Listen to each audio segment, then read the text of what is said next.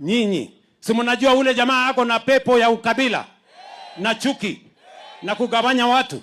Mnamjua ama mjui? Ule jamaa wa pepo si anazunguka kwenye makanisa, kwenye mazishi, kwenye barabara, ati anatuongelesha.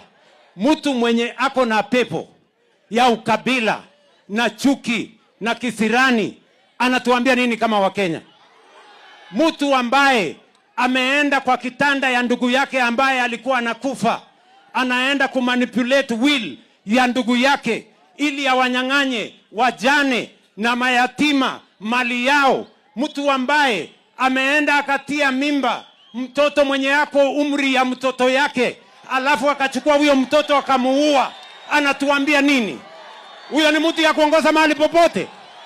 Huyo ni mtu ya kuongoza jamii yoyote? Huyo mtu mimi nataka niwaeleze, I am giving notice.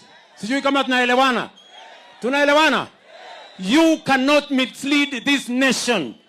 A character who has no morals, a character who has gone to manipulate the will of his brother, to disenfranchise, to disinherit widows and orphans, and he wants to give us a lecture about stealing.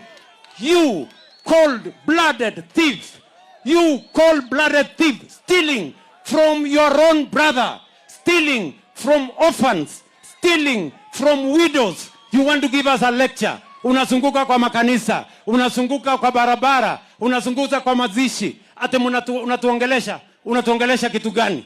Mtu ambaye ameenda akatia mimba watoto wadogo kama wanarika ya mtoto wake, alafu anaenda anaua hawa watoto, alafu unatuambia mambo ya mauaji. You cold-blooded murderer, heartless character. You want to tell us, you want to mislead our nation. We will not allow you to mislead any community. We will not allow you to mislead anybody in Kenya. You are not going to be anything in this nation. You belong to the rot in jail. Ni kweli ama si kweli? Huyo mtu atembee asitembee? Apotee asipotee? Kama kuna mwizi, mwizi ni ule anaibia mtu amekufa. Mwizi ni ule mtu anaibia mayatima. Mwizi ambaye anauliza wale widows. Huyo ni mtu ambaye anaweza kutuongelesha Kenya?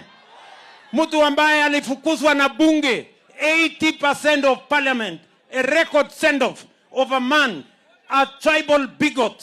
Mtu ambaye ako na pepo ya ukabila na kugawanya watu, anazunguka hapa Kenya, anatuambia kitu gani?